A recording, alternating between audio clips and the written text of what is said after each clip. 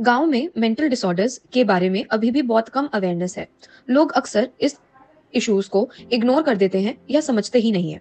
आज हम इस वीडियो के थ्रू ऐसे ही कुछ एक डिसऑर्डर के रिगार्डिंग बात करेंगे, जो कि है ADHD, attention deficit hyper activity disorder.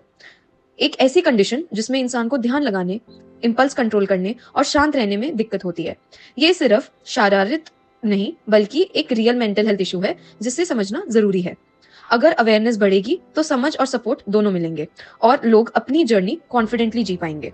आज भी एडीएचडी को लोग गलत समझ लेते हैं, उसे शरारत या अटेंशन ना देना कहकर इग्नोर कर देते हैं। पर असल में ये एक न्यूरोलॉजिकल कंडीशन है जिसमें अवेयरनेस और एम्पैथी सबसे बड़ा रोल प्ले करती है। एडीएचडी अवेयरनेस जरूरी है क्योंकि समझ ही पहला कदम है एक्सेप्टेंस की तरफ। बहुत लोग स्ट्रगल करते हैं बिना डायग्नोसिस और बिना हेल्प के। चलो मिलकर स्टिग्मा तोड़ते हैं और संवेदना बढ़ाते हैं। आज हम इसी टॉपिक के ऊपर एक वीडियो प्रेजेंट करेंगे।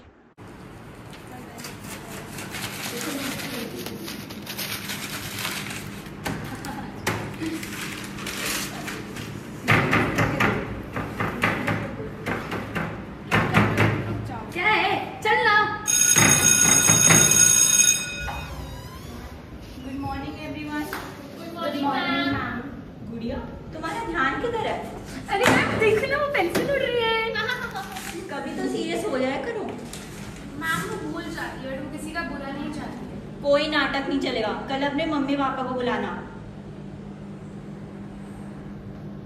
मम्मी मम्मी मम्मी क्या कर रही है? रोज रोज करने आ जाती है ये हरकतें। पढ़ाई लिखाई करनी नहीं आ गई है मुंह उठा के फिर से। अरे क्या ड्रामा लगा रखा है ये सुबह सुबह? फिर से देखो वही ना, आ हरकतें। गई दिमाग खराब करने। तेरी फिर वही हरकतें शुरू हो गई ना। ना पढ़ाई में मन, ना घर के काम में मन। अब कमला, सॉरी मैं पक्का करूंगा। कमला, अब इसकी शादी करानी पड़ेगी। करो इसकी शादी अब करो, हो गया। रख के करना क्या है इसको? लड़का मैंने ढूंढ लिया है, बहुत अच्छे खानदान का है, 30 साल का है और दहेज भी नहीं देना पड़ेगा। सामने से पैसे दे रहे हैं वो लोग इसके। छोटी है ना अभी ये, इसलिए। कराओ इसकी शादी कराओ। पापा मैं तुम्हारे लिए बोझ हूँ क्या? हाँ बेटा, तू बोझ ही है। नमस्ते। हमारे गांव में एक शहर से एक मैडम आई है, वो हमारे गांव में वर्कशॉप कर रही हैं। अगर आपकी कोई समस्या है तो वो उसका समाधान बता रही हैं, तो आप प्लीज़ आइए वहाँ पे पंचायत ऑफिस में। आ जाओ।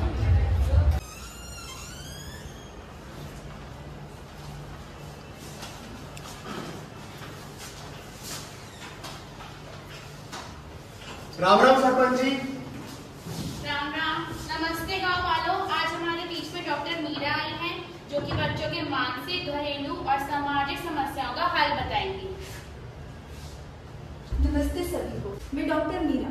मुझे आपके गांव वालों से जानकारी पड़ी कि यहाँ पे ऐसे काफी बच्चे हैं जो ध्यान नहीं दे पाते, बहुत जल्दी जल्दी बोलते हैं और अपने आप पे भी ध्यान नहीं दे पाते हैं, ना अपने आसपास की चीजों पे ध्यान नहीं दे पाते। गांव वालों को लगता है और उनके परिवार वालों को लगता है कि ये अच्छे संस्कार नहीं है, पर इसे मनोवैज्ञानिक भाषा में हम attention deficit hyper activity disorder बोलते हैं, जिसे आप एडीएचडी भी बोल सकते हैं। तो क्या एडीएचडी क्या होता है? आप क्या कहना चाह रहे हो? बच्चे पागल है हमारे? नहीं नहीं, इसका मतलब पागल होना नहीं है, ये बस बच्चों की मनोवैज्ञानिक तरीके से बात करने की, बोलने की और समझने की एक डिफरेंट शैली है। ये आजकल रोज रोज पता नहीं कौन से नए डिसऑर्डर और ये सब आ गए हैं, पता नहीं। हाय गुड़िया, हेलो, कैसी हो तुम? मैं बहुत अच्छी हूँ।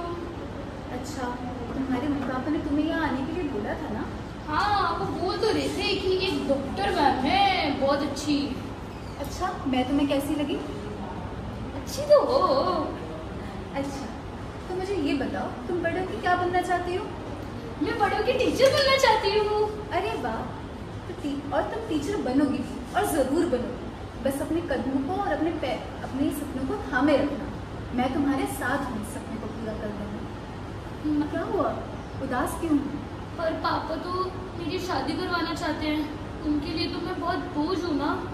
अच्छा, ये पापा ने तुमसे कहा? हाँ, पापा बोलते हैं मैं घर की बोझ हूँ, मेरी शादी करवा देंगे। अच्छा। बट मुझे तो एक गोल रोटी भी बनानी नहीं आती, मैं क्या शादी करूँगी? नमस्ते बहन जी। नमस्ते भाई साहब। आपकी बेटी मेरे पास एक काउंसलिंग सेशन के लिए आई है और उससे मुझे पता लगा कि आप उसकी शादी कराने की बात कर रहे हैं। शादी ना कराए तो क्या करें? ना पढ़ाई में मन लगता है, ना घर के कामों में मदद करती है, पूरा दिन बस इधर उधर उछल कूद। हम दुखी हो चुके हैं उससे। अब आखिरी ऑप्शन सिर्फ शादी कराना ही है। लड़का भी बहुत अच्छा है, परिवार भी बहुत अच्छा है और सामने से पैसे भी दे रहे हैं, हमें दहेज भी नहीं देना पड़ेगा। हमारी चिंता तो कम से कम खत्म होगी ना। पढ़ाई लिखाई ना उसने करनी है, ना उसने घर के काम करना है, ना उसने कुछ और करना है। शादी करा के दूसरे के घर में एटलीस्ट कुछ तो रह अब पाएगी। कब तक बोझ बन के पालेंगे हम उसको? 13 साल की हो गई है, अब तो दूसरे घर जाना ही पड़ेगा। देखिए, मैं आपकी परेशानी और चिंता से बच सकती हूँ, बट आपकी बेटी से बात करके मुझे पता लगा और अपनी सूझबूझ से मैंने जाना कि उससे ADHD है, जिसे हम attention deficit hyper activity disorder भी बोलते हैं। उसमें उसकी कोई गलती नहीं है, ये जन्म लेते ही ऐसी बीमारी हो जाती है। बट अगर हम एक सही डॉक्टर की सलाह लें, सही से उसे मेडिसिन प्रोवाइड करें, सही से एक अच्छी स्कूल के अंदर डालें, उसे एक दिशा दें, तो ये चीज़ें चेंज भी हो सकती हैं और इसमें आपकी सपोर्ट बहुत ज़रूरी है। पर गांव वालों को कौन समझाएगा? उनको तो हमारी बेटी पागल ही लगती है ना। हर चीज़ की शुरुआत अपने आप से होती है। जब तक हम इस चीज़ के लिए पहल नहीं करेंगे, तब तक गांव वाले भी नहीं समझेंगे। आपका काम है उनको अपने तरीके से समझाना कि हमारी बेटी पागल भी नहीं, उसके भी अपनी एक जीवन शैली है, डिफरेंट तरीक़ों से, डिफरेंट चीज़ों से समझती है और उसमें उसकी कोई गलती नहीं है। वो पढ़ना चाहती है, लिखना चाहती है, टीचर बनना चाहती है। आप उसके सपनों में उड़ान दें, उसको बोझ मत बनाएं, वो आपका नाम रोशन ज़रूर करें। मैडम क्या तो ठीक है, हमें इस बारे में सोचना चाहिए। सोचते हैं। जब आप दिल्ली में जाएंगे तो वहाँ पे इतिहास हॉस्पिटल है, वहाँ पे आप जाके अपनी बेटी का फ्री में चेकअप करा सकते हैं, अच्छी मेडिसिन प्रोवाइड हो सकती हैं, उससे अच्छे स्कूल में लेके जा सकते हैं जहाँ पे ऐसे स्पेशल एजुकेटर्स होते हैं जो खासकर इन्हीं बच्चों के लिए एजुकेशनल प्लान्स बनाते हैं, जिससे वो आगे हायर एजुकेशन भी परस्यू कर सकते हैं। हमारी बेटी ठीक तो हो जाएगी ना? देखिए, ADHD एक ऐसी व्यवस्था है जिसके अंदर ठीक होना तो मुश्किल है, बट उसके सिम्टम्स को मेंटेन करना हम ये ज़रूर कह सकते हैं। एक सही दिशा, एक सही टीचर और आप लोगों के सपोर्ट से उसके जो सिम्टम्स हैं, जो उसके जो मन में विचार हैं, वो कम हो सकते हैं। ये तो उम्र भर उसके साथ ही रहेगा, बट आपका साथ सबसे ज़्यादा ज़रूरी है। बहुत बहुत धन्यवाद मैडम।